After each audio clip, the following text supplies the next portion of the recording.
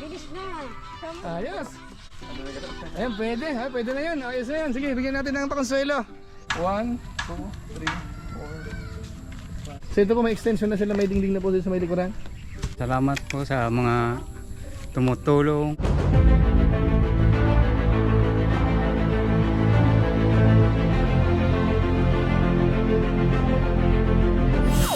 Ayun, meron tayong pupuntahan. Meron tayong mission.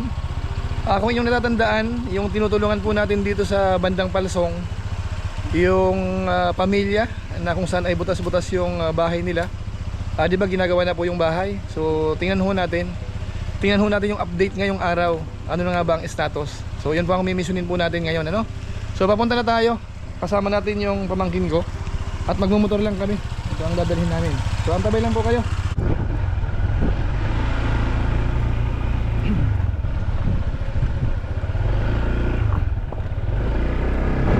So yan, mula dito siguro mga ano lang yan, mga 10 to 15 minutes nandun na tayo.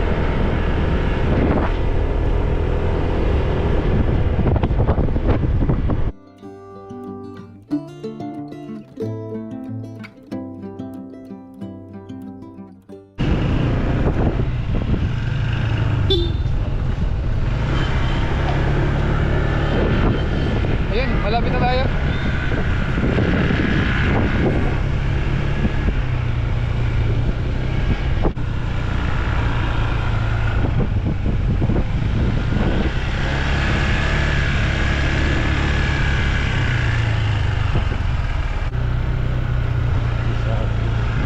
Yan, malapit na tayo. Ayan, ang kaliwa dyan.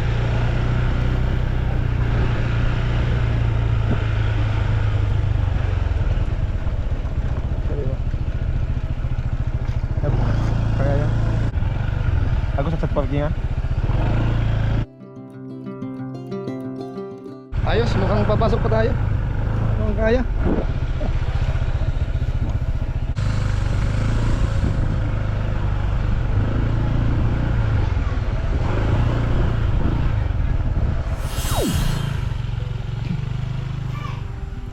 So ayun, nandito tayo sa lugar nila. Ito yung anak ni Nanay Edna, yung dalawang anak. Si Vanessa, saka yung ano. Bisitahin ho natin. Bali ano no, kulang-kulang 2 linggo ba na hindi tayo nakabalik dito. So mukhang dito na sila nakatira. So tingnan natin.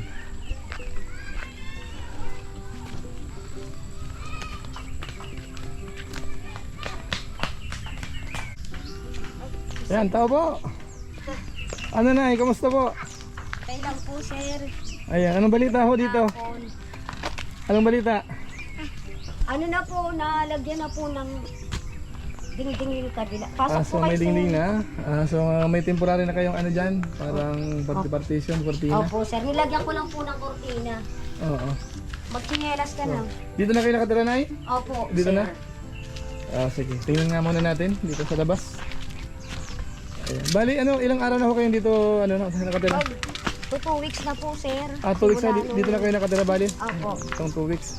Simula po na anuhan na po. Ayan po, ito po yung update. Tingnan muna natin ano. Ayan, so yung extension sa likuran ano. Tingnan natin yung bandang kabilang side.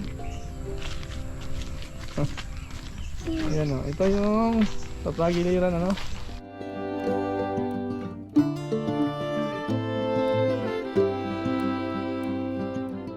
So ito po, may extension na sila, may dingding na po sa may likuran. Ayan tayo, kamusta po? Ano, kamusta? Anong balita? Gagawang Ano na ang, ano pa ang gagawin dyan? lababo.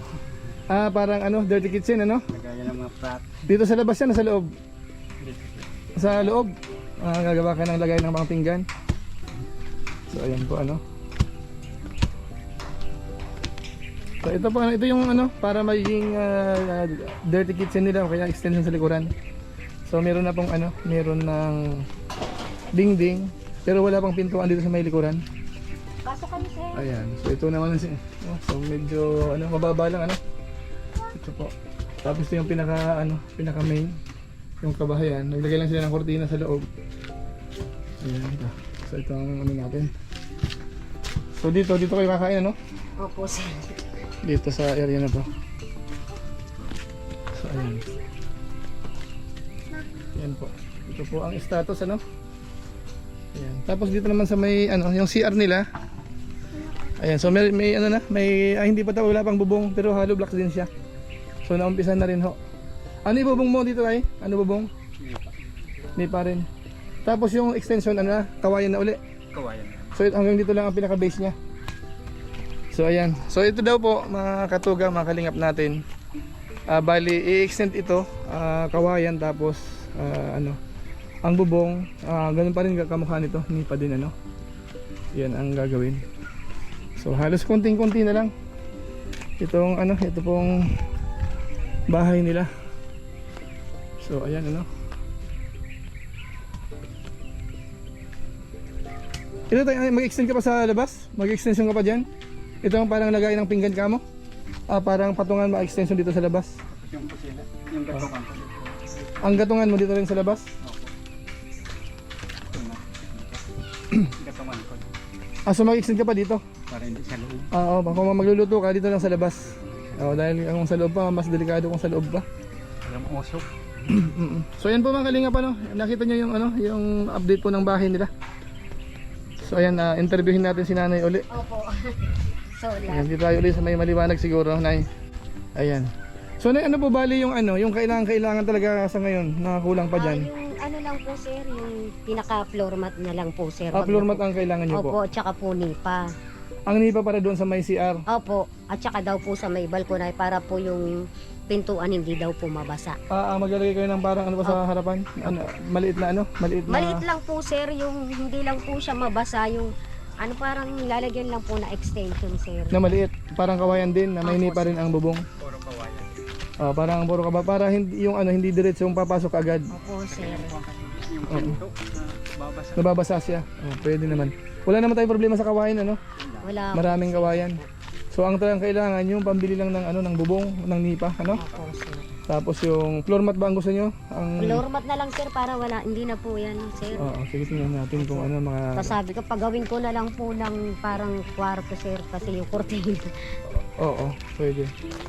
Ang importante, maikulob muna. Kung may extension dito, Opo, makulob. Dun sa likod naman, ano, konting-konti na lang, may pintuan na lang din. Opo sir. Saka yung bubong din ng ano, bubong din ng CR nyo. Opo sir. Para sa magsi-CR kayo, komportable. Opo sir. Ano? So yan po ang ano mga kalingap, mga katugang natin, yan po ang kailangan pa. So siguro po, ano, ang gawin natin, sa ngayon kasi walang sponsor din na nagbigay sa ngayon, itong mga nakarang araw. So siguro magbigay na tayo ng konting ano siguro kay nanay, pambili muna ng materyales. Total ang gumagawa naman na si tatay na, ano nay? Opo sir. So nakakatipid naman tayo ng labor na. So at least bigyan natin si nanay siguro ng konting pambili ng materyales, pang nipa, ano, pang bubong. Bali ang bububungan yung extension sa harapan at saka yung sa may CR. Opo sir. Tapos pambili ng floor mat siguro. Sige, bigyan natin. Bigyan ko ng konting ano natin, konting pambili mo ng materyales. Ito na, ano, bigyan kita ng konting panggapang gastos. 1, 2, 3, 4, 1, 2, 3, 4, 5, 6,000 po. Pangbili ko ng materyales na yun.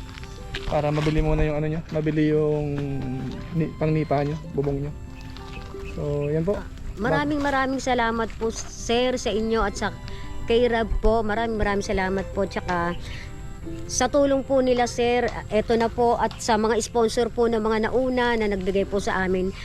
Maraming salamat din po kasi po ganito na po yung bahay po namin, maayos na po. Natutulugan na po namin, kahit po umuulan hindi na po ako nag-aalala. Okay na po yung tulog ng mga bata po. Yeah. So ayun po mga kalingap ano. So bali yan na po ang status nay. Bali yan po binigyan kita ng 6,000 dahil ano, 'di ba nakapagbigay na kami ng 64,000 na no? Ano po? Ay yung total na ibigay. So para walang butal sa dinagdagan natin ng 6,000 para 70,000 na ang ibigay po natin dito sa pabahay po ninyo. Bagamat sabi ng iba nay, sa ibang mga nagko-comment ang sa atin. Yung 70,000 daw kung tutuusin, pwede na rin sa makapagpatayo ng hollow blocks at saka yero na bubong. Apo. Ano? Kaso nga lang yung status kasi dito nung dumating naman tayo meron na. So kumbaga itinuloy na lang natin saka siguro marami Tsaka po sir, ipapaliwanag ko po yun. Yun pong ano po, yung binibigay niyo po sa akin budget kasama po yung pagkainin po at saka pasahod po ng tao.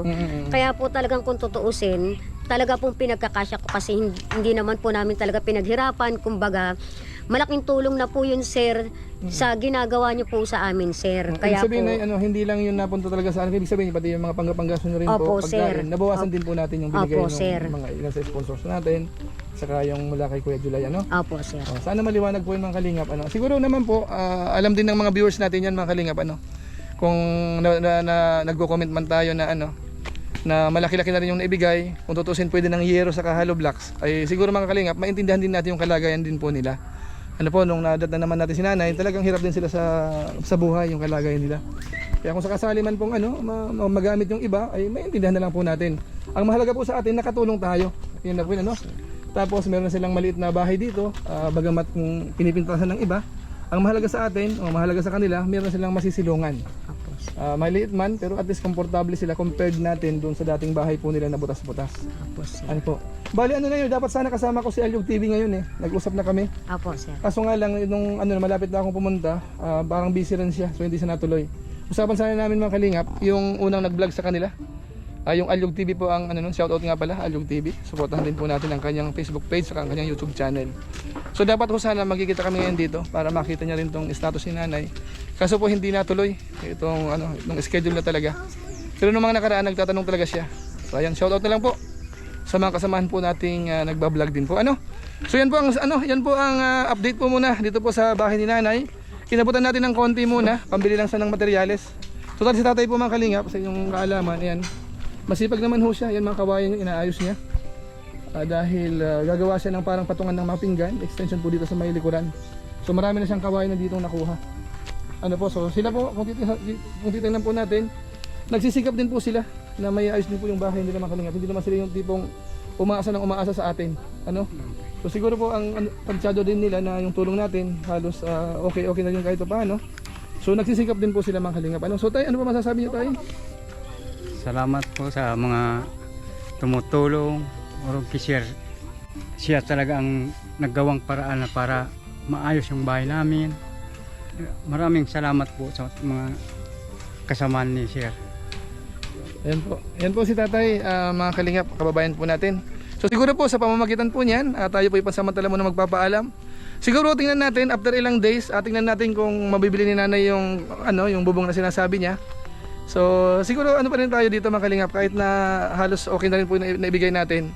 Pwede naman po natin silang dalaw-dalawin pa. Titingnan po natin po yung update So siguro po pansamantala magpapaalam po muna tayo.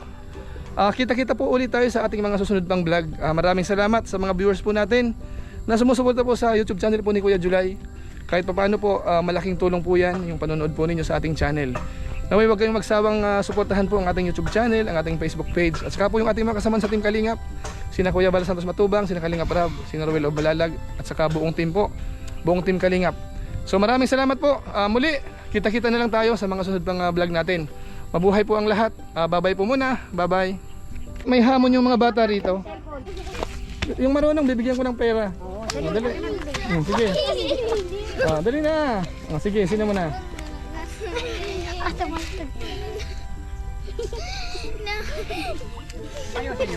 Ayusin para maganda ibigay natin ni Kuya July. Ayusin nyo. Sige.